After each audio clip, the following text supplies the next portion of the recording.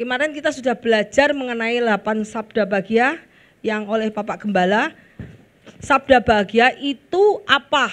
Itu terjadi saat Yesus mengajar di bukit. Yesus mengajar di bukit disaksikan banyak orang.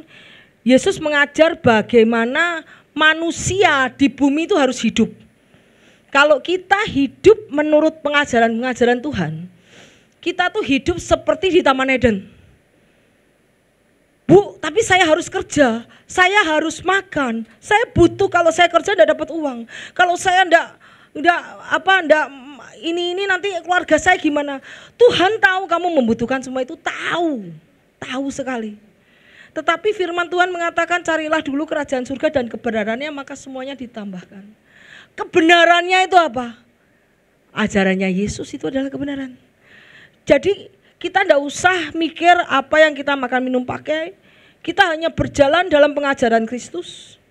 Dan Tuhan akan memberikan kepadamu hikmat untuk memperoleh kekayaan, hikmat untuk bekerja, hikmat untuk mendatangkan kekayaan, hikmat untuk berumah tangga, semua ada di dalam pengajarannya. Dan saat kita fokus pada pengajaran Tuhan, apa yang kita minum pakai itu mengikuti kita. Kita enggak usah kejar, tetapi Tuhan akan memberikan kepada kita. Saat kita benar-benar mengikuti kerajaannya, Tuhan akan sediakan semuanya untuk kita, ya.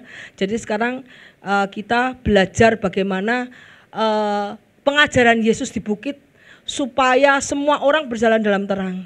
Karena janji Tuhan apa? Aku akan memberikan hari depan yang penuh harapan, hari depan yang penuh kelimpahan. Jadi Tuhan janji bahwa kalau engkau berjalan menurut jalanku, hari depanmu pasti ada harapan, hari depanmu pasti kelimpahan. Jadi kita tidak usah cari lainnya, cari dunia, kita berjalan dalam cara Tuhan. Nanti Tuhan akan memberi buka jalan-jalan bagi engkau. Yang tadinya tertutup akan dibuka. Yang tadinya engkau melalui masalah, Tuhan akan bereskan. Engkau akan terkagum-kagum melihat cara Tuhan bekerja jika engkau belajar hidup di dalam kebenaran firman Tuhan, ya. Mari kita belajar. Yuk kita lanjut aja langsung waktunya. Kemarin ini sabda bahagia saya hanya kupas sebentar karena Bapak sudah 1 jam, ya. Bapak kemarin 1 jam sudah memberitakan tentang sabda bahagia. Mudah-mudahan tidak ada yang lupa ya di sini ya. Jangan mendengar firman dan dilupakan. Di sini saya hanya menjelaskan sedikit tentang apa itu sabda bahagia. Sabda bahagia itu adalah bagaimana karakter seorang murid-murid Kristus harus hidup. Karakter. Kalau kita belum mempunyai karakter ini, kita belum disebut murid. Yuk, setiap hari saya juga harus menguduskan diri. Setiap hari aku juga bergumul untuk bisa seperti karakter yang Tuhan mau. Kita harus bergumul untuk seperti karakter yang Tuhan mau. Jadi sabda bahagia yang kemarin enggak datang ke ibadah, bisa buka di YouTube GPIHOC yang minggu lalu itu Bapak 1 jam saja menjelaskan tentang 8 sabda bahagia. Apakah itu? Sabda bahagia itu mengenai bagaimana karakter seorang yang disebut murid Kristus. Yuk kita lihat, ketika Yesus melihat orang banyak, naiklah ke atas bukit, Yesus mulai berbicara dan mengajar. Jadi ini ajaran Yesus ya. Ajaran Yesus harus kita lakukan ya. Supaya kita hidup di dalam Kristus dan kita menang atas dunia. Kita menang atas sakit penyakit. Yang sakit disembuhkan. Yang berbeban berat dilepaskan. Kemudian kita mengalami kemenangan secara ekonomi. Kemenangan di dalam keluarga. Kemenangan dalam kesehatan. Kemenangan di dalam segalanya. Kita akan menang. Kalau ada di dalam Kristus kita akan menang. Kalau kita mengikuti pengajaran Tuhan. Makanya kita lihat, berbahagialah orang yang miskin di hadapan Allah karena mereka mempunyai kerajaan surga. Miskin di hadapan Allah itu adalah kamu poor, kamu merasa enggak bisa apa-apa sama Tuhan. Wah, aku enggak bisa melakukan apa-apa sama Tuhan. Kalau tanpa Tuhan aku enggak bisa apa. Itu poor itu miskin di hadapan Allah. Tetapi orang dunia kan merasa, aku bisa, aku punya uang, segala bisa dilakukan. Itu kamu sedang dianggap miskin sama Tuhan. Tapi kamu merasa kaya di hadapan Tuhan. Aku enggak perlu. Kalau orang yang tidak membutuhkan Tuhan itu kamu merasa kaya di hadapan Tuhan. Aku enggak butuh Tuhan, uangku banyak, aku bisa membeli siapa saja. Itu kamu merasa kaya di hadapan Tuhan. Tetapi di mata Tuhan kamu sebetulnya miskin. Tetapi orang yang tidak bisa apa-apa, oh Tuhan aku enggak bisa apa-apa di dalam Tuhan. Dalam segala tindakan, tingkah laku, apa yang kamu lakukan, engkau selalu berlutut minta Tuhan, pimpinan, itu namanya orang yang miskin di hadapan Allah. Yang merasa tergantung penuh dalam Tuhan, itu engkau dianggap kaya sama Tuhan. Tetapi engkau yang merasa punya segalanya, engkau dianggap miskin sama Tuhan, ya. Kemudian kita lihat yang berduka cita, mereka akan dihibur. Kenapa? Pada saat engkau berduka cita, kehilangan anak apapun, engkau ingat pada saat kamu melewati, ingat ya, di dalam dunia ini tidak hanya hal baik, betul enggak? Apakah di dalam dunia ini orang-orang yang dalam Tuhan selalu mengalami hal baik, tidak ada hal buruk? Maaf, kalau kamu mau ikut Tuhan, aku hanya mau hal baik yang ada padaku, kamu salah. Ikut Tuhan maupun tidak ada ikut Tuhan, tidak ikut Tuhan, pasti hal baik dan hal buruk tetapi karakter anak Tuhan, pada saat dia berduka cita, dia tidak hanyut oleh depresi, tidak hanyut oleh depres, karena pada saat dia berduka, dia dihibur oleh Tuhan. Mengalami kekuatan, bangkit lagi. Itu ciri karakter anak Tuhan. Pada saat kau mengalami kehilangan, engkau mengalami duka cita, di PHK oleh perusahaan, engkau berduka cita, engkau enggak depresi, terus ada yang putus cinta segala sampai terjun payung bebas. Betul? Itu adalah orang yang tidak mengenal Tuhan. Pada saat engkau mengenal Tuhan, mau di PHK orang, mau diputus pacar, kehilangan maksud kematian seseorang pun, engkau tidak akan depresi. Karena engkau akan dihibur oleh Tuhan dan kau bangkit lagi, kau mendapat kekuatan.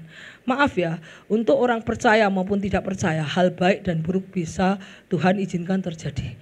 Tetapi karakter di dalam Kristus yang membuat kita mampu menghadapi semua itu. Kemudian kita lihat orang yang lemah lembut karena mereka akan memiliki bumi. Sekarang kalau orang itu berangasan, orang itu kasar, pasti hatinya jahat. Tapi orang yang lemah lembut, yang baik, yang ramah tamah kepada banyak orang, itu yang akan memiliki bumi. Memiliki bumi itu apa artinya? Keselamatan. Ngerti ya? Di sini bumi adalah kingdom, kerajaan 1000 tahun. Jadi ingat loh, kita ini bumi ini belum milik kita loh ini. Bumi ini belum milik kita. Istilahnya kita di dunia ini masih di padang gurun. Kanaan sudah menjadi milik, betul nggak? Kanaan sudah menjadi milik bangsa Israel. Tetapi padang gurun belum dimiliki bangsa Israel. Demikianlah kita di sini. Bumi yang kita injak saat ini itu belum milik kita. Ini masih di dalam padang gurun. Kerajaan 1000 tahun itu adalah milik kita. Karena kita akan diam di sana selamanya. Di sini bumi ini tidak selamanya. Ini padang gurun. Makanya setiap orang yang lemah lembut akan memiliki bumi. Memiliki bumi itu artinya masuk ke dalam tanah Kanaan. Masuk ke dalam kerajaan 1000 tahun. Ya. Jadi orang yang masuk ke kerajaan 10 harus lemah lembut. Orang yang masih berangasan, yang masih kasar, yang masih orangnya nyinyir ke orang lain, jahati orang lain, suka menghakimi orang lain. Yuk kita bertobat. Karena kamu tidak akan masuk 1000 tahun. Kamu tidak akan memiliki bumi. Oh, kita harus lemah lembut. Aku tidak bisa lemah lembut, karakter aku masih gini. Tadi bilang, bentuk hatiku Tuhan supaya aku memiliki karakter seperti karakter yang Tuhan mau. Kita harus menyalipkan kedagingan kita supaya kita masuk ke dalam tanah perjanjian, yaitu kerajaan 1000 tahun. Kemudian berbahagialah orang yang lapar dan haus akan kebenaran karena ia akan dipuaskan. Kalau kamu suka akan kebenaran, kalau kamu terus mencari firman-Nya dan melakukan yang kebenaran, kamu akan dipuaskan oleh Tuhan. Tuhan akan membukakan hal-hal lain yang tidak kelihatannya kamu tahu, kamu akan mengerti secara spiritual. Kenapa saya bisa berbicara di mimbar ini? Saya nggak ngerti. Karena kadang-kadang saat berdoa Tuhan kasih tek tek tek tek di otak saya, tek tek tek. Kenapa? Karena saya haus akan firman Tuhan. Setiap kali ada yang nggak ngerti, ini kenapa kok saya nggak ngerti, saya nggak diem. Saya cari. Dan semakin lama pengetahuan kita akan Tuhan semakin bertambah. Maka kita dipuaskan. Jadi kita harus lapar dan haus akan kebenaran, lapar dan haus akan firman Tuhan. Kita harus lapar dan haus. Setiap kita lapar dan haus menggali firman Tuhan dan kita menggali, oh enggak tahu. Jangan cuek. Ini apa artinya? Enggak tahu, ya udah lewat aja. Enggak. Kalau saya enggak. Saya kalau enggak tahu saya gali terus sehingga saya mendapat pengetahuan dan hikmat marifat tentang firman Tuhan. Jadi saya dipuaskan, yes. Ya, jadi orang yang murah hatinya mereka beroleh kemurahan. Murah hatinya tuh suka memberi orang, ndak pelit. Nanti kalau kamu ndak pelit, tiba-tiba orang juga akan ndak pelit sama kamu. Pasti ada timbal baliknya. Apa yang kamu tabur kamu tuai, ya. Kemudian orang yang suci hatinya mereka akan melihat Allah. Melihat Allah, kamu akan rapture. Rapture tuh kamu bertemu muka dengan Tuhan loh. Pada saat pengangkatan engkau akan melihat wajah Kristus. Dan orang-orang dunia tidak bisa melihat. Karena mereka hatinya gak suci. Hanya orang yang suci hatinya bisa melihat wajah Kristus. Apakah kita tidak rindu pada saat nanti pengangkatan terjadi kita bertemu dengan pribadi dengan Kristus? Atau kamu rindu tertinggal di bumi mengalami antikris masa penganiayaan? Kita kan tidak mau tergitu. Jadi kita harus membereskan hati yang gak benar-benar ya. Kemudian kita lihat yang membawa damai mereka disebut anak-anak Allah. Jangan kalau di Sampat sana suka berantem di sini, gosip, mecah belah. Itu loh, itu gini ini. Habis yang satu, itu loh gini. Itu loh gini. Tukang gosip. Ngomong sama A, ngomongin B. Ngomongin sama B, ngomongin A. Orang gitu. Tidak akan disebut anak-anak. Berarti anak-anak siapa? Kalau tidak anak-anak siapa? Ya udah. Apakah kamu mau mendengarkan penggosip yang anak setan? Sehingga kamu menjadi salah satu dari setan. Benar ya? Ya, kalau orang tidak membawa damai, suka gosipin sana sini sehingga menimbulkan pertengkaran, itu anak iblis. Jangan dengarkan. Kalau sudah gosip, stop. Apa yang mulia, semua yang suci, semua yang sedap didengar, pikirkan semua itu. Berarti aku hanya mendengar yang baik saja, ya. Kemudian kita lihat, berbahagialah orang yang dianiaya oleh kebenaran karena mereka empunya kerajaan surga. Kalau kamu di penjara, dianiaya karena ngerampok, korupsi, sorry, kamu bukan punya kerajaan surga. Karena memang kamu salah. Tetapi kalau kamu dianiaya, di penjara atau apa karena mengabarkan Injil, kemudian karena berbuat kebenaran, membela keadilan, membela yang benar, akhirnya kamu di penjara, itu kamu akan mendapat kerajaan surga. Jangan khawatir. Sekalipun kamu dianiaya di bumi itu bukan tempat tinggal kita yang selama-lamanya. Kita akan pelihara Tuhan, kita akan dibela oleh Tuhan pada waktunya, ya. Tuhan izinkan terjadi supaya kamu punya karakter seperti itu. Tapi pada saatnya kebenaran yang akan menang. Ngerti enggak? Pada saat waktunya Tuhan ada, Tuhan mendatangkan penghukuman, kamu juga akan diangkat dan kamu akan menjadi empunya kerajaan surga, ya. Jadi jika kamu dicela dan dianiaya dan kepadaku difitnahkan segala yang jahat, karena upahmu besar di surga. Kalau orang memfitnah kamu padahal kamu tidak melakukan yang salah, tidak usah bales. Kita berdoa sama Tuhan, minta ampun sama dia. Kita minta ampun, mungkin bisa kamu menjelaskan. Kalau mereka tetap memfitnah, diam saja. Karena biar Tuhan yang berperang untuk kita, ya. Upahmu besar di surga kalau kamu difitnah oleh kebenaran. Karena kebenaran. Yuk kita lihat dari sini. Waduh, enggak kelihatan nih, lihat ya. Berbahagialah orang-orang yang menjadi murid-murid Kristus. Ini adalah tadi sebelum. Ini adalah Yesus. Ini adalah cara dunia. Karakter Yesus mengajarkan ini loh karakter muridku. Kalau murid-muridku tidak punya karakter ini, berarti dia adalah orang-orang dunia di luar Kristus. Kita lihat, oh ya oke, thank you Stephen. Miskin dalam semangat tuh, aduh Tuhan, aku enggak bisa ini. Aku mau buka cabang, aduh Tuhan, aku enggak bisa Tuhan. Aku enggak bisa tanpa Engkau. Kau harus buka jalan sama aku enggak bisa Tuhan. Aku minta perlindungan-Mu, aku minta pertolongan-Mu, aku minta minta blessing dari Engkau, minta izin daripada Tuhan. Itu miskin dalam semangat. Akhirnya ini adalah orang-orang yang murid Kristus. Akhirnya dengan kamu miskin dalam semangat, kamu berdoa. Kamu minta semangat dari Tuhan, minta sama Tuhan, minta cara untuk Tuhan, minta blessing dari Tuhan, minta bagaimana untuk membuat semuanya berhasil. Taruh rancanganmu ke dalam rancangan Tuhan. Dia yang membuat segala rencanamu berhasil. Jadi pada saat engkau miskin dalam semangat, engkau lagi berdoa dan engkau menaruh rencanamu dalam Tuhan. Kalau ditolak ya jangan marah. Kalau ditolak berarti Tuhan akan mengirimkan rencana yang baik lagi. Ya. Kemudian kalau orang dunia apa? Pengennya apa? Kaya dan terkenal. Ini adalah sistem dunia, ini adalah sistem Yesus. Kalau Yesus miskin dalam semangat, maksudnya dia tidak berani berbuat apa-apa tanpa Kristus. Ketergantungan ke dalam Kristus. Sedangkan ini orang aku kaya, aku terkenal, aku tidak butuh Kristus kok. Semua bisa tak beli, hakim tak beli, polisi tak beli, rumah sakit tak beli, apapun tak beli. Apapun tak beli, semua aku tidak butuh apa-apa. Itu adalah prinsip dunia. Karena apa? Musuh Tuhan yang besar di dunia ini adalah mamon, uang. Ya. Kemudian yang kedua, mereka yang berduka. Mereka yang berduka, tadi sudah saya ngomong, tadi yang sudah ngomong ya berduka. Kalau kehilangan sesuatu berduka, Tuhan akan kuatkan. Tetapi selalu positif, tidak pernah sedih. Kemudian yang ketiga, lembut hatinya.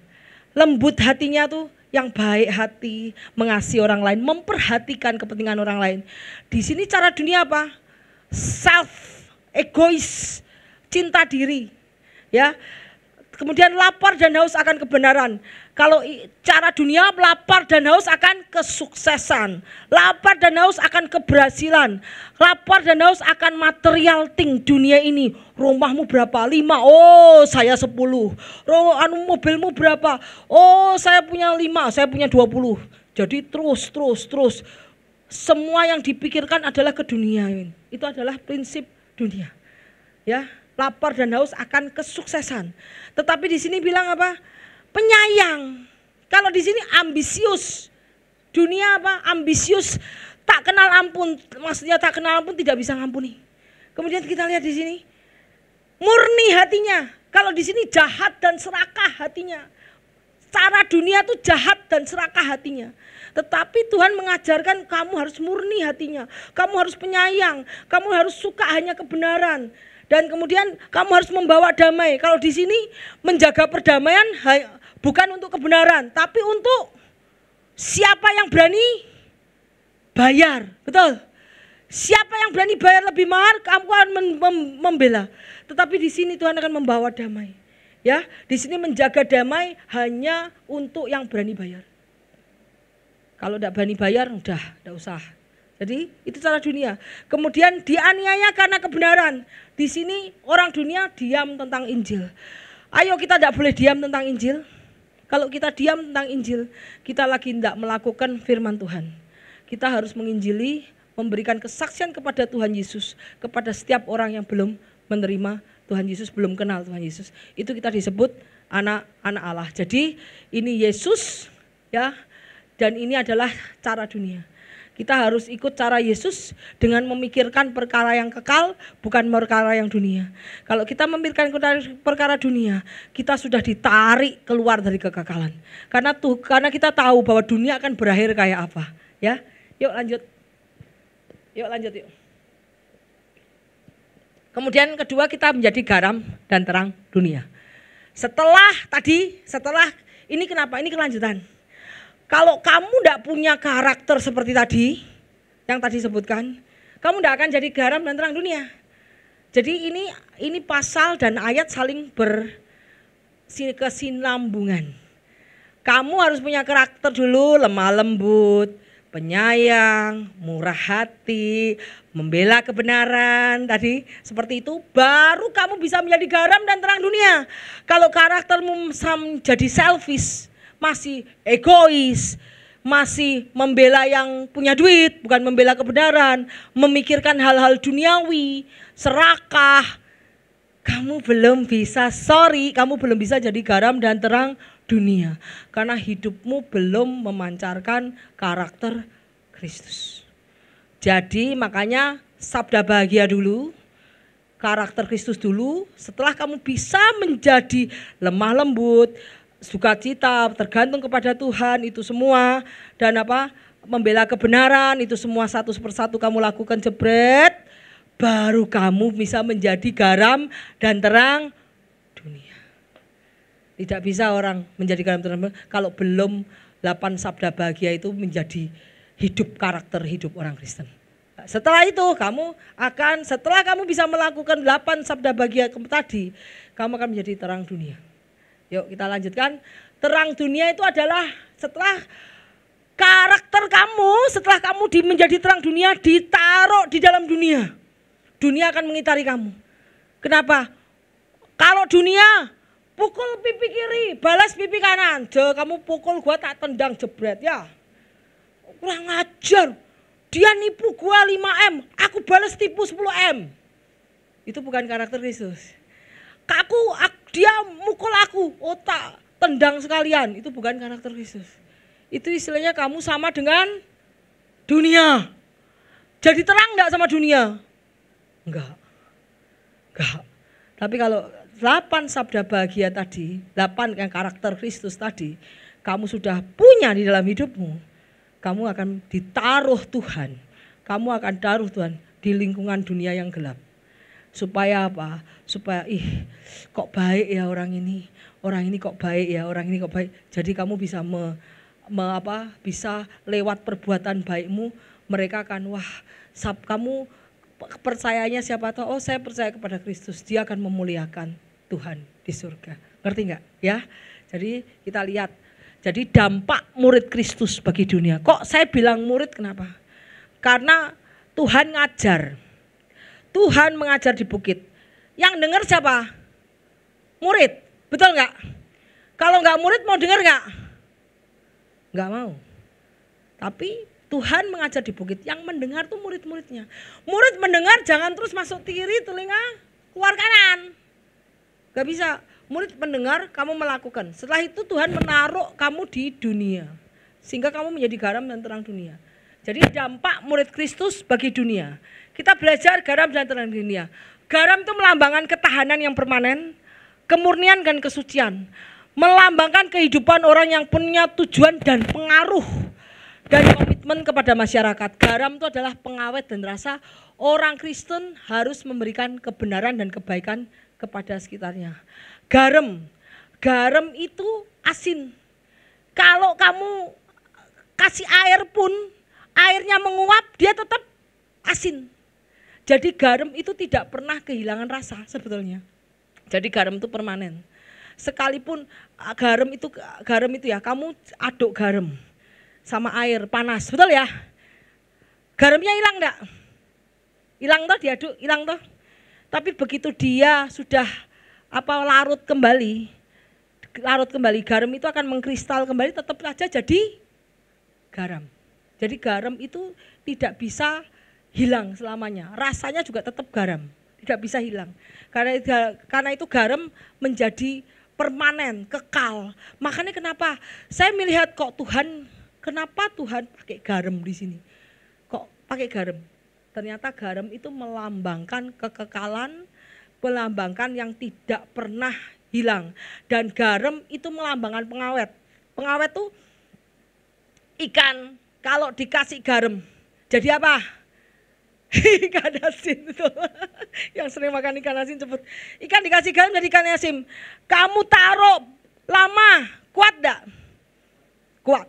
Tetapi ikan kalau enggak dikasih garam, besok ditaruh lama sudah apa? Busuk. Jadi Tuhan itu memberikan garam supaya apa?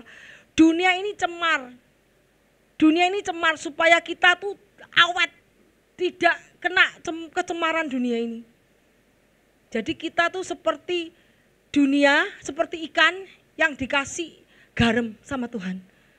Sehingga sekalipun barang-barang lain di sekitar kita cemar, sudah busuk, kena moral dike itu apa?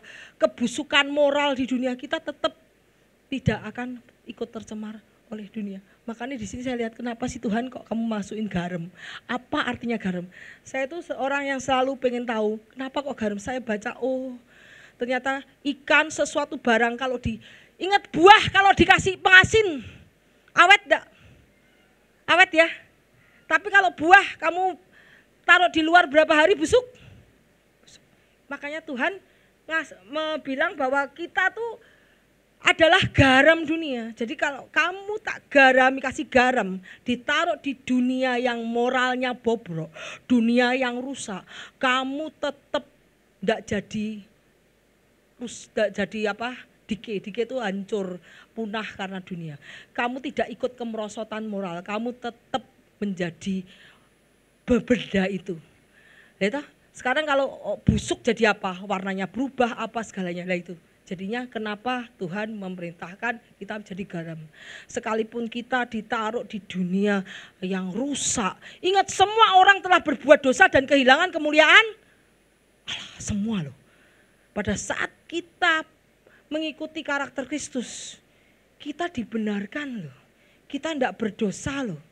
Kita dibenarkan oleh Tuhan, kita tidak menjadi salah satu dari orang dosa. Karena dosa kita sudah diampuni. Pada saat kita taruh di kebobrokan moral di dunia, kita tidak ikut tercemar. Karena kita sudah digarami, kita menjadi garam. Ya, itu artinya garam. Ya, membuat rasa. Kalau makanan tidak dikasih garam rasanya apa? Hambar. Makanya Tuhan memberikan garam diberikan kepada makanan supaya rasanya jadi enak, betul? Makanya kita lihat bahwa murid-murid Tuhan harus memberikan dampak kepada seluruh masyarakat supaya semua masyarakat itu yang moralnya bobrok menjadi baik, menjadi enak, menjadi baik. Pada saat seorang anak Tuhan, murid Kristus, datang ke suatu komunitas dan dia menjadi garam di tengah-tengah itu, dia akan menimbulkan rasa itu ada pengajaran baik, jadi ada pengajaran segala pendapat, keputusan, kemudian pandangan yang dia sebarkan dunia, itu membuat orang itu menjadi baik, membuat sekeliling kita menjadi baik. Jadi itu adalah bahwa garam itu membuat awet, membuat rasa. Jadi garam itu membuat dampak bagi dunia. Kita harus membawa dampak bagi dunia dengan menghindarkan dari kebobrokan moral dan menghindarkan dari pengaruh-pengaruh duniawi. Tadi pengaruh dunia dengan pengaruh Kristus beda sekali. Jadi kita harus melemparkan pandangan-pandangan Kristus kepada orang dunia. Sehingga mereka pun menjadi terang, ya, menjadi seperti kita.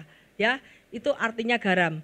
Kamu adalah garam dunia. Jika garam itu menjadi tawar, bagaimana? Apakah ia diasinkan? Tidak ada gunanya selain dibuang dan diinjak orang. Kamu adalah terang dunia. Kota yang terletak di atas gunung tidak mungkin tersembunyi. Lagi pula orang tidak akan menyalakan pelita lalu meletakkannya di bawah gantang, melainkan di atas kaki dian sehingga menerangi semua orang di dalam rumah itu. Demikian juga hendaknya terangmu bercahaya di depan orang, supaya mereka melihat perbuatanmu yang baik dan memuliakan Bapa di surga. Kita lihat bahwa terang itu ada di atas.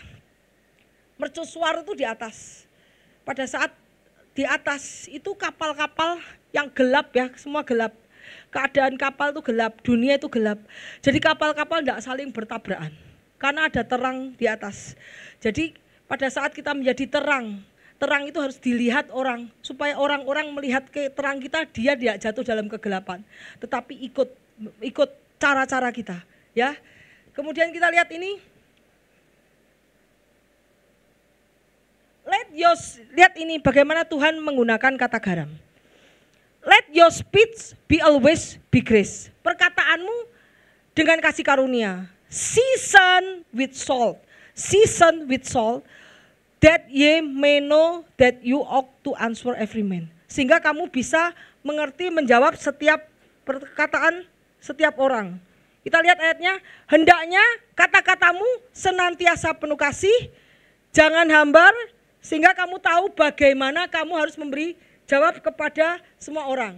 Hendaknya kata-katamu senantiasa penuh kasih, jangan hambar. Sehingga di sini Tuhan bilang, di sini bahasa Inggrisnya season with salt.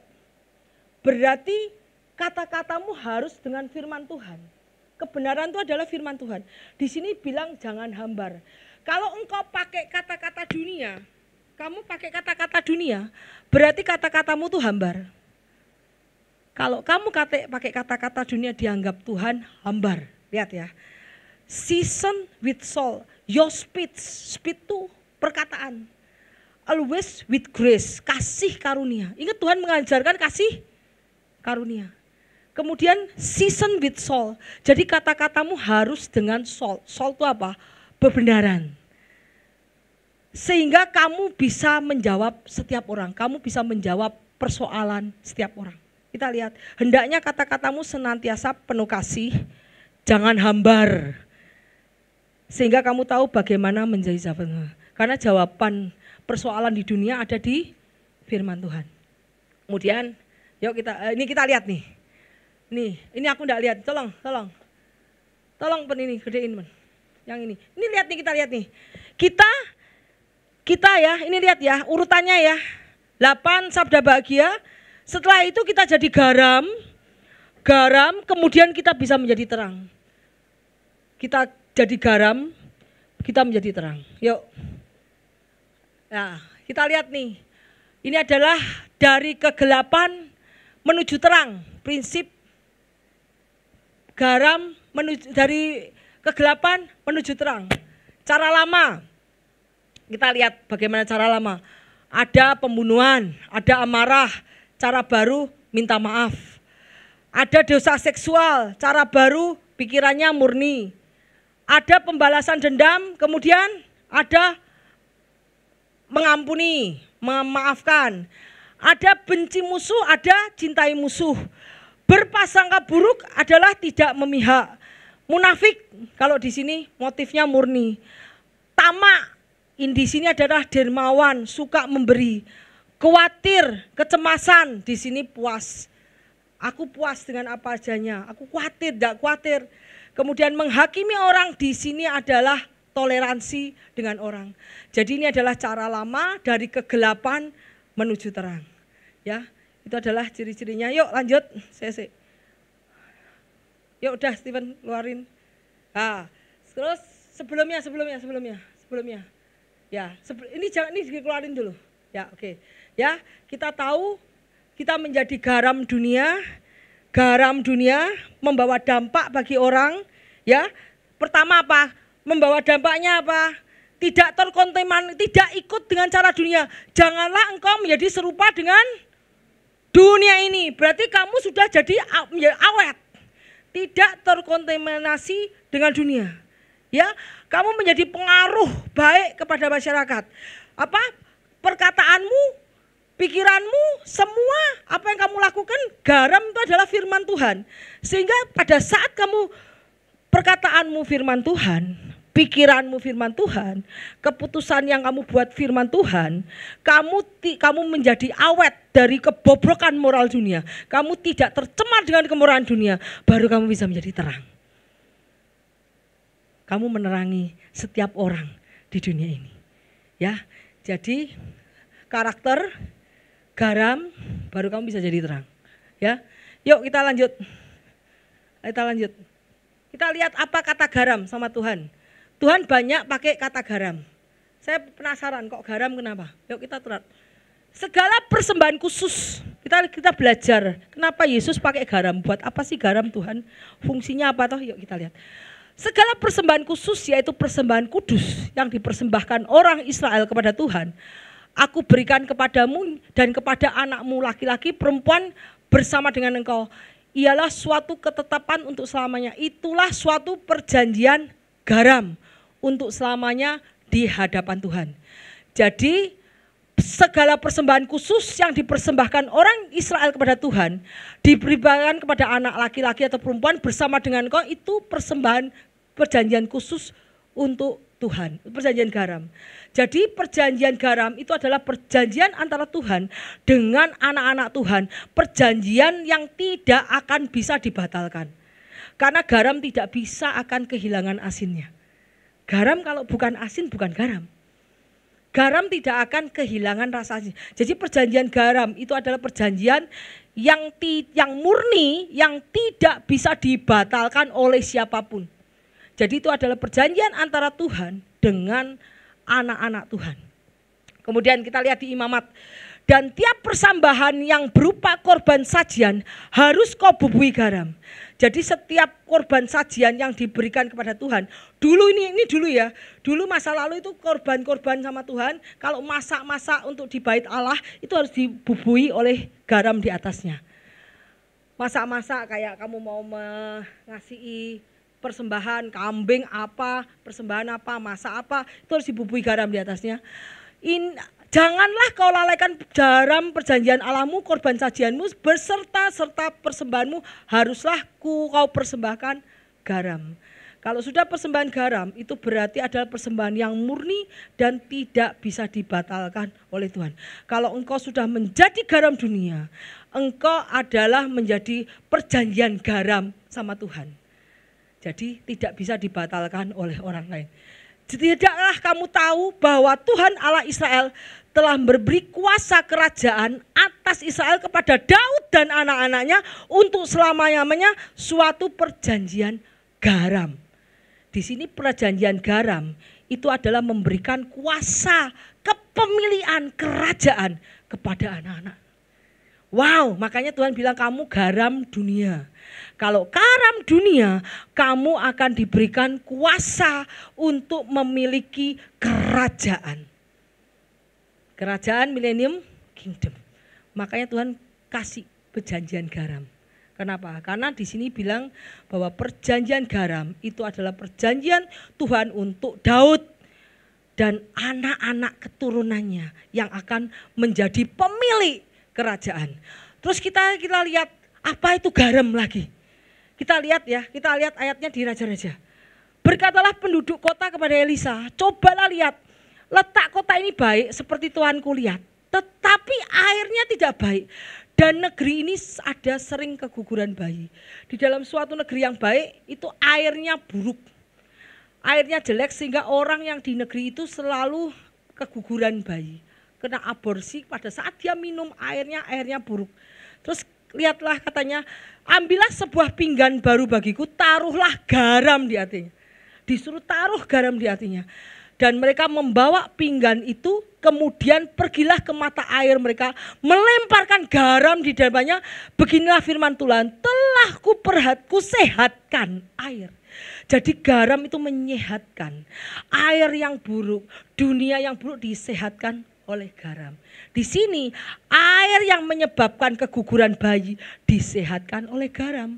Beginilah firman Tuhan, telah kusehatkan air ini, maka tidak akan terjadi lagi olehnya kematian atau keguguran bayi. Demikian air itu menjadi sehat sampai hari ini sesuai dengan firman Tuhan yang disampaikan Elisa. Jadi sebuah kota yang baik, yang subur, tapi airnya buruk membuat keguguran bayi. Tetapi dengan ditambahkan garam, garam sudah menyucikan, garam itu memurnikan, sehingga air yang buruk menjadi sehat karena garam. Karena itu dunia ini akan bisa menjadi sehat kalau kita semua anak-anak Tuhan menjadi garam dan terang dunia. Ya, karena kita harus membawa dampak bagi orang yang belum mengenal Kristus. Yuk kita lanjut. Kemudian kita lihat terang dunia. Yohanes 8 ayat 12. Maka Yesus berkata kepada mereka, akulah terang dunia. Barang siapa mengikut aku, ia tidak akan berjalan dalam kegelapan, melainkan ia akan mempunyai terang hidup. Berarti kamu harus berjalan mengikut Kristus.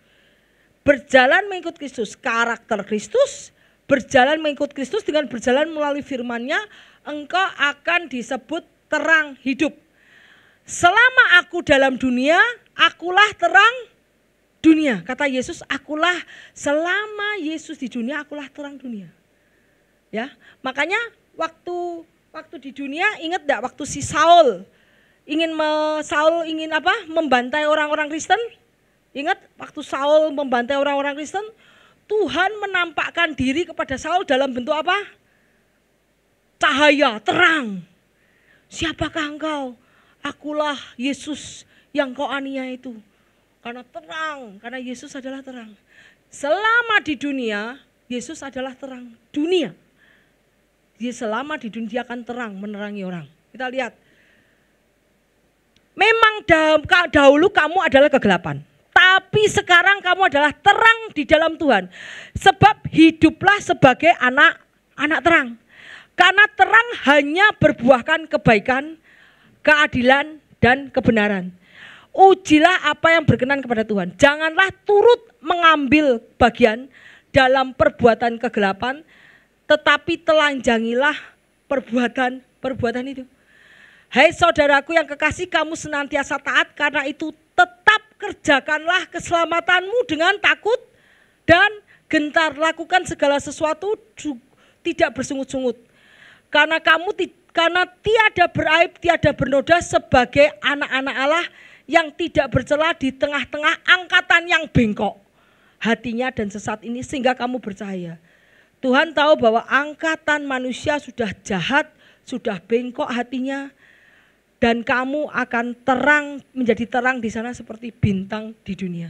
Kamu telah menerima Kristus Yesus, karena itu hendaknya hidupmu tetap di dalam Dia. Ya, kita lihat bagaimana caranya kamu menjadi terang. Bu, caranya menjadi terang, kita lihat di ayat Yohanes 17 ayat 16. Mereka bukan dari dunia, sama aku bukan dari dunia. Kalau kita hidup dalam firman Tuhan, punya karakter seperti Kristus, Tuhan bilang kita bukan orang dunia. Makanya lagu We Are The World itu salah. Ingat lagunya Michael Jackson? We Are The World. Kita bukan orang dunia, we are the kingdom. We are the kingdom. Bukan we are the world. Tuhan bilang, kamu bukan orang dunia. Sama seperti aku. Yesus katanya bukan dari dunia. Kuduskanlah mereka dalam kebenaran. Firmanku-mu adalah kebenaran. Jadi firman Tuhan itu di kebenaran. Pada saat engkau melakukan semua firman Tuhan, kamu sudah dikuduskan, kamu sudah dibenarkan. Kamu pada saat kau melakukan firman Tuhan, kamu bukan orang dunia, tetapi you are the kingdom. Ya. Sama seperti engkau telah mengutus aku di dalam dunia, demikian aku telah mengutus mereka ke dalam dunia. Kita jadi garam dan terang dunia, diutus oleh Tuhan. Setelah kita mempunyai karakter Kristus, 8 sabda bahagia, karakter Kristus, hidup dalam firman-Nya, ya, apa yang kita pikirkan firman, keputusan oleh firman, semua firman, kita akan diutus Tuhan ke komunitas orang dunia. Yuk, dan sama seperti engkau telah mengutus aku telah mengutus engkau. Dan aku menguduskan diri bagi mereka, supaya mereka dikuduskan dalam kebenaran. Kita dikuduskan oleh firman Tuhan. Kita pada saat kita melakukan firman Tuhan, kita bukan orang dunia. We are the kingdom. Kita orang-orang kerajaan Allah. Ya. Jadi kita harus hidup seperti Kristus hidup supaya jadi garam terang dunia. Yuk kita lanjut. Lanjut yuk. Nah, kemudian ini yang kedua. Setelah itu, ini kitab Matius ya. Yang enggak baca Alkitab baik, karena saya mengajari dari kitab berkhotbah mengenai kitab Matius. Ini urut kitabnya. Setelah jadi terang, Tuhan mengajarkan mengenai Yesus dan hukum Taurat. Yuk kita lihat. Janganlah engkau menyangka bahwa aku datang untuk meniadakan hukum Taurat dan kitab para nabi. Aku datang bukan untuk meniadakan, melainkan untuk mengenapinya. Jadi semua kitab hukum Taurat zaman Musa digenapi di dalam Yesus. Yesus datang melakukan semua hukumnya, termasuk Paskah, roti tak beragi, termasuk persembahan apa, semua dilakukan. Segala kitab hukum Taurat, termasuk kitab Musa dilakukan dalam Yesus. Tapi ingat, Yesus nanti memberikan kitab baru, yaitu hukum kasih karunia. Yuk kita lihat. Karena aku berkata kepadamu, sesungguhnya selama belum lenyap langit dan bumi, satu iota, satu titik tidak akan diadakan dari hukum Taurat sebelum semuanya terjadi. Jadi sebelum Tuhan menggenapinya dan mengganti hukum baru. Jadi Tuhan menggantikan hukum Taurat dengan hukum baru. Jadi, dan digenapinya setelah Yesus. Digenapinya setelah Yesus mati, itu baru dilakukan. Hukum Taurat yang baru akan dilakukan setelah Yesus. Pada saat nanti namanya itu Old Covenant, perjanjian lama. Kita masuk ke dalam perjanjian baru, ya, New Covenant. Karena itu siapa yang meniadakannya, satu perintah hukum Taurat sekalipun yang paling kecil mengajarkannya dengan demikian kepada orang lain, ia akan menduduki tempat paling rendah dalam kerajaan surga. Tetapi siapa yang mengajarkan segala perintah hukum Taurat, ia akan menduduki tempat yang tinggi dalam kerajaan surga. Terus Yesus bilang, kalau hidup keagamaanmu tidak lebih benar daripada hidup keagamaan ahli Taurat dan orang Farisi, sesungguhnya kamu tidak akan masuk ke dalam kerajaan surga. Kita dianggap orang munafik kalau kita hidupnya hanya mentaati saja, tapi hati kita belum kita beresin. Ya, hanya mentaati peraturan. Hukum Taurat itu adalah peraturan, tapi tidak kita beresin. Sebab hukum Taurat itu diberikan oleh Musa. Kasih karunia kebenaran diberikan oleh Yesus Kristus. Kita belajar apa itu hukum Taurat, apa itu hukum kasih karunia. Nah, kita lihat bahwa the law of Moses, hukum Taurat, itu nanti dihapus, digagalkan, digenapi di Yesus, dan Yesus memberikan hukum baru. Hukum Taurat itu adalah hukum yang membimbing manusia di dunia sebelum hukum baru ada. Hukum baru ada oleh apa? Oleh Yesus Kristus. Jadi hukum Taurat itu yang menggiring manusia supaya jalannya tidak mencong ke kiri, tidak mencong ke kanan. Itu pakai hukum Taurat. Hukum Taurat dipakai untuk menjaga orang-orang supaya tidak mencong ke kiri, caranya mencong ke kanan. Hukum Taurat sampai Yesus lahir, jebret, Yesus lahir. Baru hukum Taurat ditinggalkan, berganti dengan hukum kasih karunia oleh Yesus. Jadi kita maju ke atas sini bukan lagi ikut ke hukum Taurat, tetapi ikut hukum kasih karunia Yesus Kristus. Jadi hukum Taurat itu dilakukan untuk menjaga sebelum hukum yang terpenting, yaitu Yesus Kristus turun ke dunia.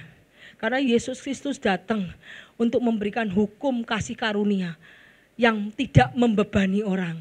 Sehingga setiap orang tidak susah melakukan hukum Taurat, tetapi setiap orang yang menyebut nama Yesus dan beriman kepadaku, dia diselamatkan. Ya, jadi Yesus mengganti hukum Taurat. Jadi hukum Taurat adalah untuk membimbing orang dari zaman dulu sebelum Yesus lahir sampai Yesus lahir, jebret. Kemudian hukum Taurat digantikan oleh hukum kasih karunia karena Yesus yang membuat hukum itu sendiri. Bukan lagi oleh Musa, tetapi oleh Yesus. Ya, yuk kita lanjutkan. Yeremia 31 adalah ini Yeremia itu mengatakan bahwa nanti pada saat Yesus akan dikeluarkan hukum baru, bukan hukum Taurat, namanya hukum kasih karunia. Kita lihat, sesungguhnya akan datang waktunya, demikian firman Tuhan, aku akan mengadakan perjanjian baru, the new covenant, dengan kaum Israel dan kaum Yehuda. Jadi New Covenant. Jadi kalau Musa itu namanya Old Covenant. Old Covenant itu perjanjian lama. Perjanjian Musa itu perjanjian lama. Beleh kambing, kemudian seorang ini harus ini. Itu adalah kitab imamat, kitab bilangan, gitu, Pentateuch gitu ya. Itu adalah hukum Musa. Tuhan menggantikan dengan hukum kasih karunia. Sesungguhnya akan datang waktunya. Ini Yeremia sudah mengatakan bahwa akan datang waktunya. Aku akan mengadakan new covenant, perjanjian baru dengan kaum Israel dan kaum Yehuda. Bukan seperti perjanjian yang telah kuadakan dengan nenek moyang mereka pada waktu aku memegang tangan mereka untuk membawa mereka keluar dari tanah Mesir. Perjanjianku itu telah mereka ingkari. Akhirnya apa? Dosa semua.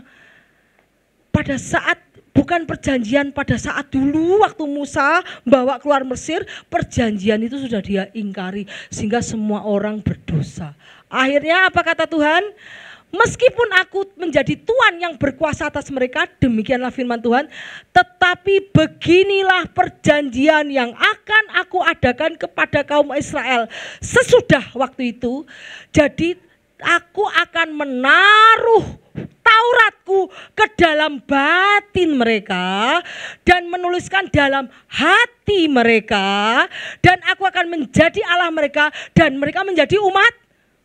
Kalau dulu perjanjian ditulis di dalam loh batu, perjanjian ditulis di dalam buku untuk ditaati, tetapi mereka juga tidak taat. Kalau ada hukum, tidak ada ketaatan, akhirnya pelanggaran enggak? Pelanggaran. Jadi dosa enggak? Dosa.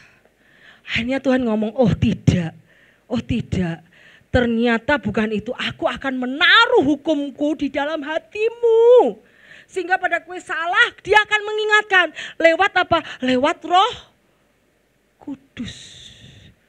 Ingat ya, saya waktu dulu saya sebelum jadi hamba Tuhan, saya ke gereja. Tapi saya ke gereja pulang balik. Saya ke gereja memang senang saya dengar ke firman. Tapi saya jujur saya tidak pernah baca firman. Cuma dengar dari pendeta. Pada saat Tuhan ngasih, dah kamu mau ikut aku enggak? Mau Tuhan. Kamu mau meninggalkan bisnis kerjaanku untuk aku? Mau Tuhan. Serius kamu mau? Ya. Terus Tuhan ingatkan aku tuh enggak pernah baca Alkitab. Tiba-tiba di dalam ingatanku, Tuhan ingatkan seorang kaya yang begitu dia melihat harta karun di sebuah tanah, mutiara yang sangat berharga, dia menutup harta karun itu, menyembunyikan di dalam tanah lagi, kemudian dia membeli tanah itu karena dia melihat mutiaranya lebih berharga. Itu adalah kerajaan surga. Saya diingatkan Tuhan kayak itu. Padahal jujur saya tuh dulu paling malas baca Alkitab karena saya pengusaha ya, isinya cari duit. Tapi sejak Tuhan memanggil saya gitu, kemudian tiba-tiba Tuhan ingatkan ayat itu di dalam hati saya, dalam pikiran saya, diingatkan sama Tuhan. Kamu tahu ingat itu? Ya. Tuhan ngajari kita lewat hati dan pikiran. Maka itu Tuhan tidak lagi pakai buku, tetapi Taurat Tuhan itu dimasukkan ke hati dan pikiran. Sehingga pada saat engkau mau berbuat, jangan. Gitu, ya. Jadi tapi perjanjian baru yang aku adakan kepada orang Israel dan semua anak-anakku adalah aku akan menaruh Tauratku dalam batin mereka dan menuliskan dalam hati mereka. Aku akan menjadi Allah mereka dan mereka menjadi umatku.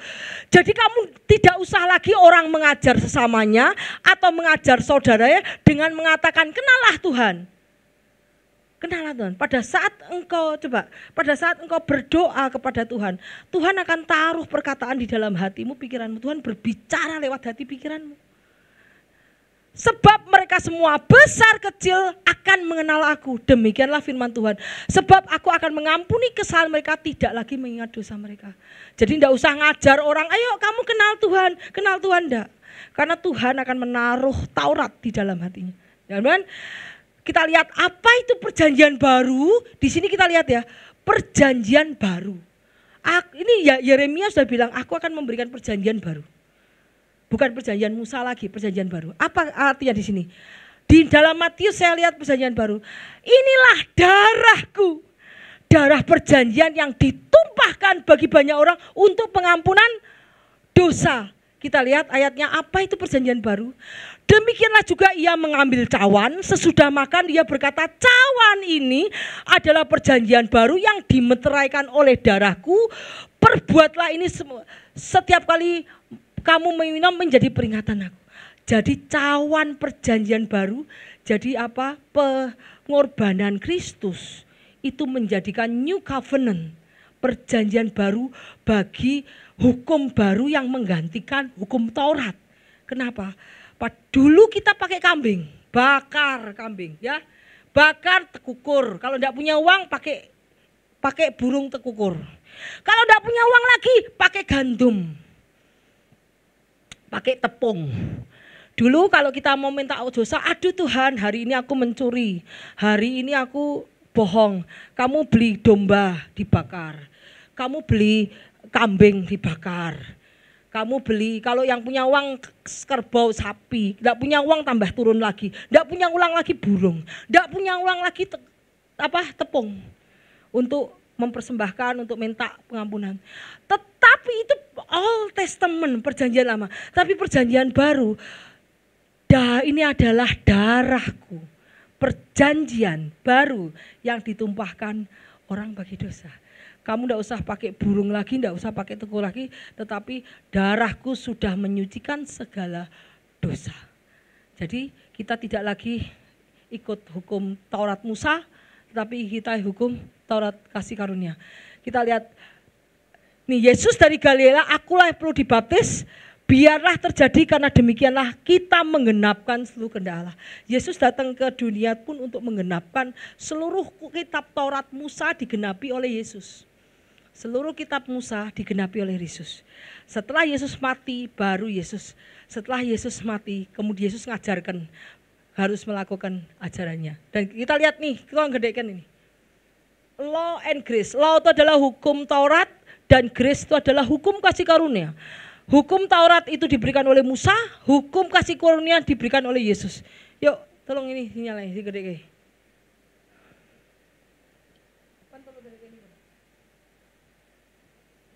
Gambar ini, bisa nggak? Nggak kelihatan. Nggak kelihatan.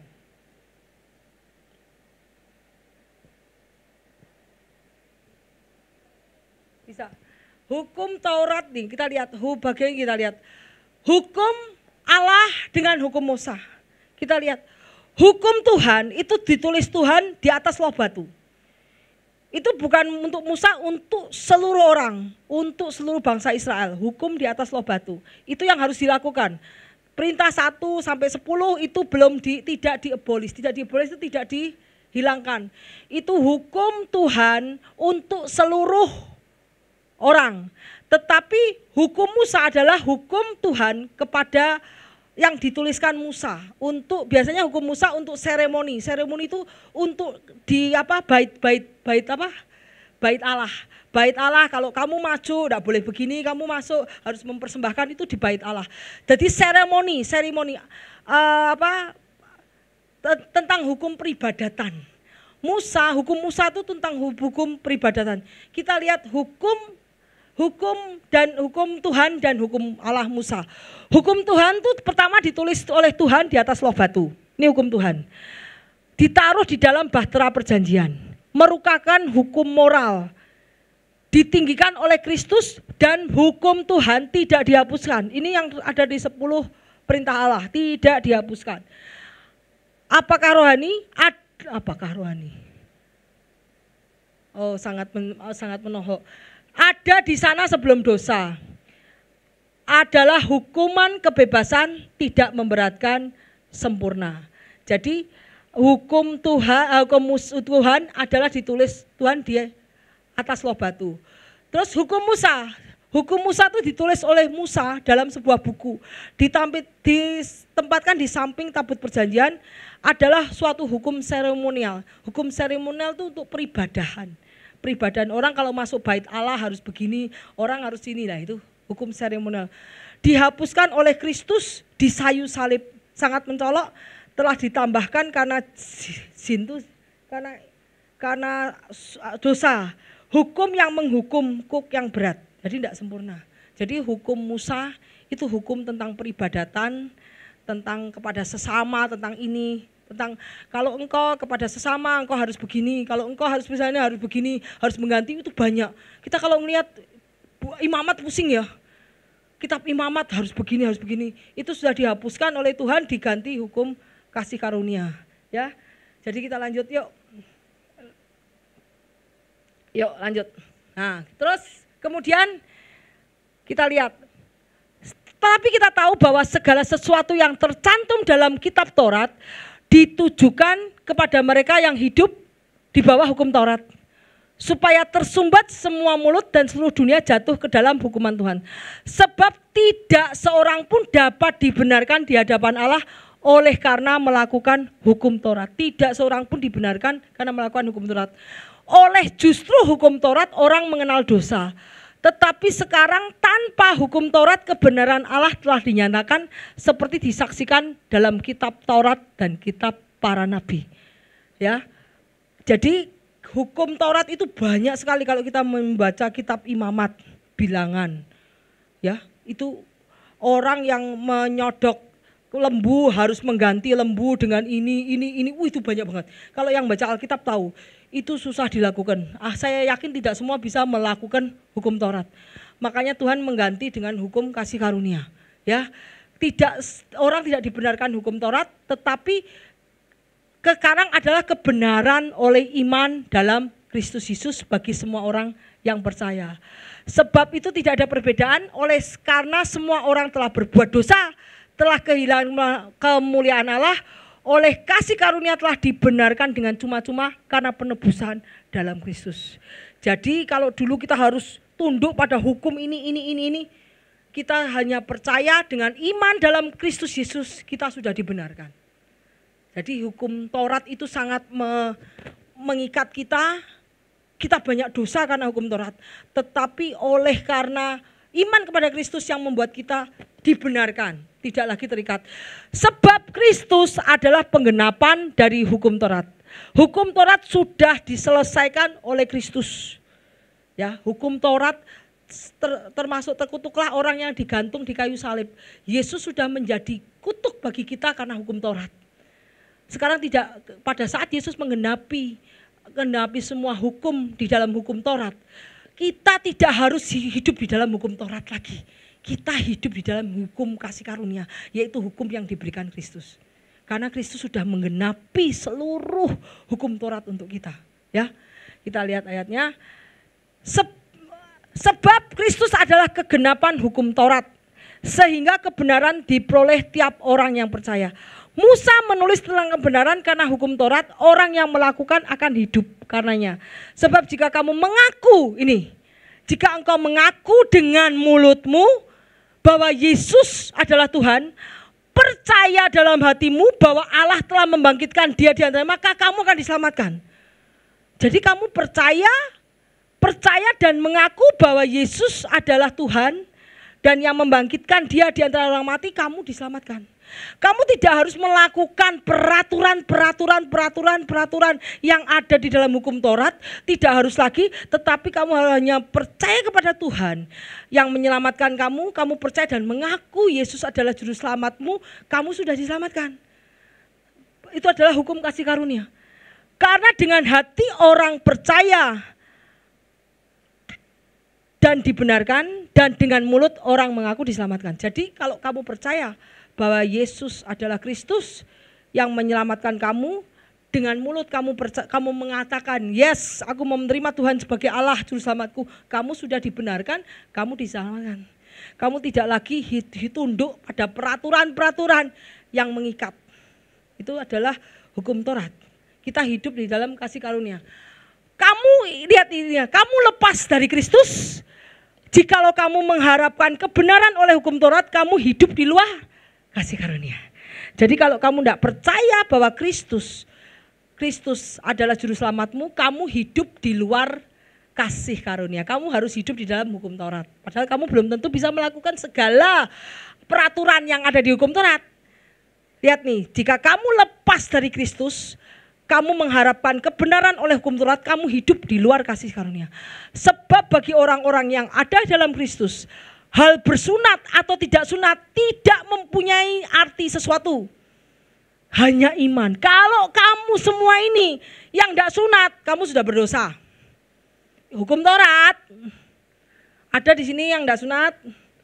Kalau kamu bilang hukum Taurat, kamu berdosa yang tidak sunat. Tetapi apa kata Yesus?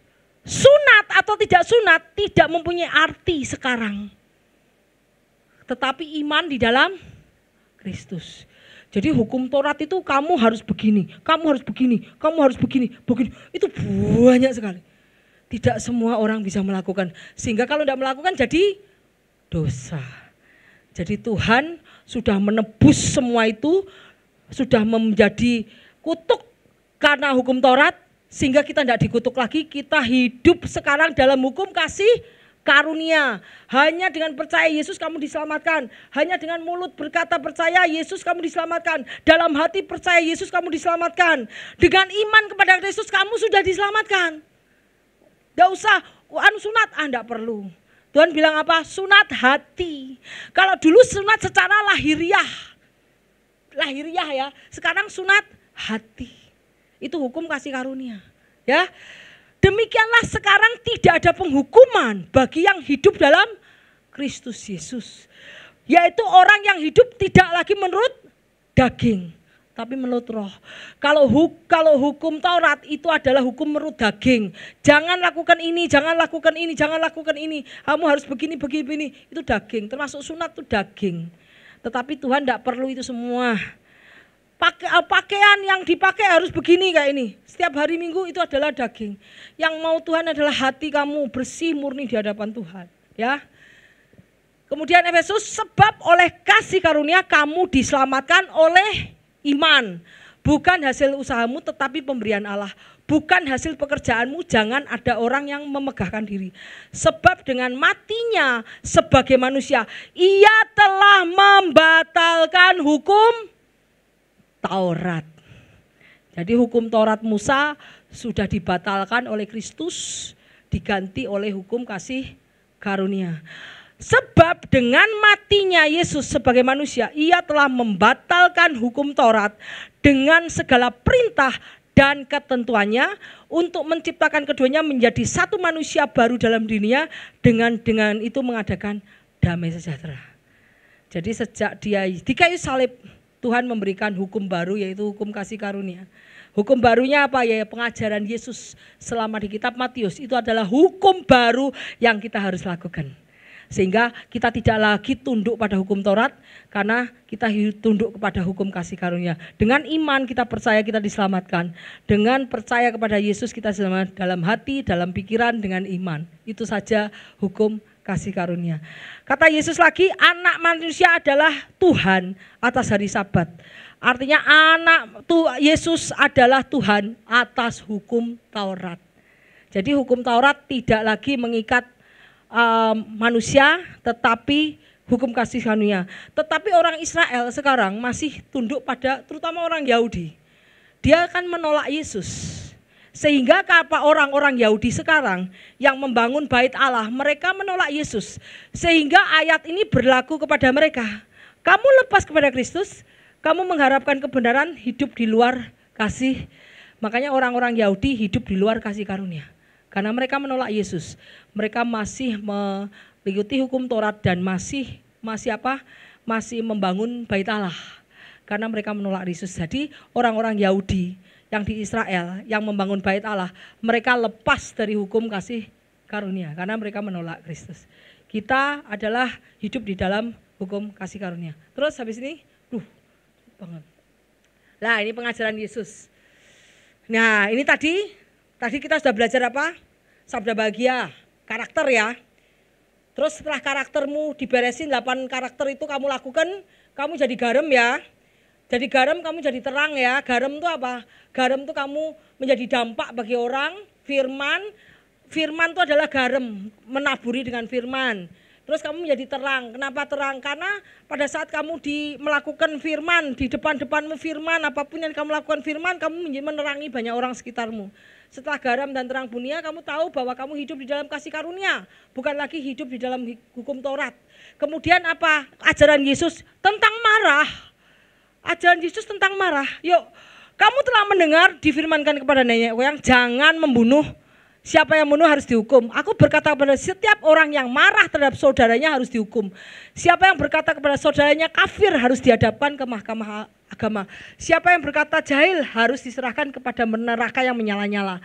Sebab itu jika engkau mempersembahkan persembahanmu di atas mezbah dan engkau teringat akan sesuatu yang ada di dalam hati saudaramu terhadap engkau, tinggalkan persembahanmu di depan mezbah, pergilah berdamai dulu dengan saudaramu kembali untuk mempersembahkan persembahanmu. Jadi kalau kamu mempersembahkan sama Tuhan, Tuhan aku mempersembahkan atau berdoa, istilahnya berdoa, kamu ada sakit hati sama orang atau marah sama orang, kamu berdamai dulu, kamu baru berdoa lagi supaya doamu dijawab Tuhan. Apabila kamu menjadi marah, janganlah kamu berbuat dosa sampai matahari terbenam.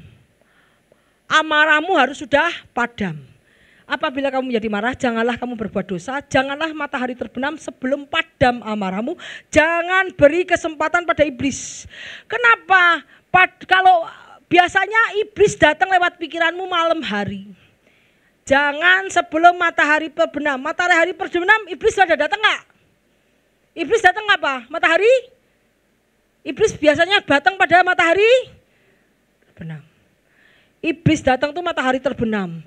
Dan iblis tuh biasanya bekerja tuh setelah jam 12, jam 3, jam itu altarnya mulai dibuka. Cas. Mau menyerang siapa ya ini ya, serang, siang. Ini belum ngampuni loh, serang jebret, pasti kena. Jadi kalau kamu sebelum matahari terbenam kamu belum mengampuni orang, itu altar iblis itu sudah dibuka malam-malam. Kamu masih kena serangannya. Jadi kamu harus mulai mengampuni sebelum matahari terbenam. Why? Karena iblis, ingat waktu itu ada ayat bahwa pada malam hari seorang musuh menanam benih ilalang. Ingat enggak? Tuhan, dari mana benih ilalang ini muncul? Kita tidak pernah nanam benih ilalang loh Tuhan. Tuhan, dari mana? Oh, pada saat kamu tidur, pada saat kamu tidak terjaga, seorang musuh menanam benih ilalang. Kemudian pagi hari sudah tumbuh benih ilalang. Jadi kalau sebelum matahari terbenam, kamu masih belum mengampuni orang, itu berarti kamu masih menyimpan dosa. Dan pada saat itu, iblis akan menanam benih ilalang di dalam hatimu dan kau akan menjadi susah mengampuni orang, ngerti ya? Makanya jangan beri kesempatan kepada iblis. Karena benih ilalang ditanam oleh iblis pada malam hari, waktu kita tidur. Segala kepahitan, kegeraman, kemarahan, pertikaian dan fitnah hendaknya dibuang dari antara kamu, demikian pula segala kejahatan. Si pemarah menimbulkan pertengkaran dan orang lekas gusar banyak pelanggarannya. Hai saudara-saudara yang kukasihi, ingatlah hal ini, setiap orang hendaknya cepat untuk mendengar, lambat untuk berkata-kata, dan juga lambat untuk marah. Sebab amarah manusia tidak mengerjakan kebenaran di hadapan Allah. Ya, yuk lanjut coba. Apa lagi? Nah, kita lihat ayatnya. Kita ingat, berhentilah marah, tinggalkanlah panas hati itu. Jangan marah, karena marah hanya membawa kepada kejahatan. Kita lihat ayatnya. Kejadian 4 ayat 3-8. Setelah beberapa waktu lamanya, Kain mempersembahkan sebagian hasil tanah itu kepada Tuhan sebagai korban persembahan. Habel juga mempersembahkan korban dari anak lembu kambing dombanya, lemak-lemaknya. Maka Tuhan mengindahkan Habel dan korban persembahannya. Tetapi Kain dan korban persembahannya tidak diindahkannya. Lalu Kain menjadi sangat panas, mukanya muram. Tuhan berkata kepada Kain, mengapa hatimu panas dan mukamu muram? Apakah mukamu tidak akan berseri jika engkau berbuat baik? Tetapi jika engkau tidak berbuat baik, dosa sudah mengintip di depan pintu. Ia sangat menggoda engkau, tapi engkau harus berkuasa atasnya.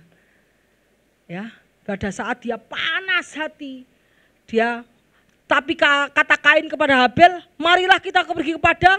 Ketika mereka ada di padang, tiba-tiba Kain memukul Habel, adiknya, lalu membunuh dia. Kita lihat bahwa kemarahan, panas hati menimbulkan segala masalah sampai pembunuhan. Jadi makanya Tuhan bilang, hati-hati dosa sudah ngintip, jangan beri kesempatan sama iblis. Iblis bisa membuat kesempatan itu menjadi buruk, ya. Terus satu lagi coba, apa lagi? Apa lagi habis nih? Oh ini, perzinahan. Wes, besok lagi aja saya unjuk. Jadi ajaran Yesus tentang perzinahan banyak sekali. Ada tentang perzinahan, ada tentang kemarahan. Saya lanjutkan ke minggu depan.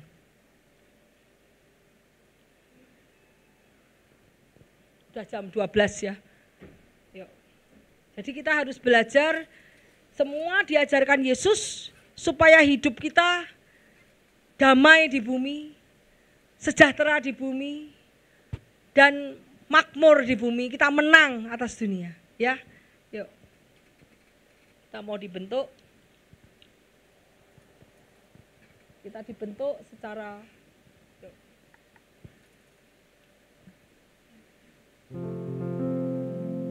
Tuhan, kita mau dibentuk seperti yang Kau mau. Karakter Kristus ada di dalam kami, dan hidup kami bukan milik kami lagi. Kami serahkan ke dalam tangan-Mu, karena kami percaya kerajaan akan menjadi milik kami. Kerajaan surga akan menjadi milik kami saat kami menjadi murid-murid Tuhan.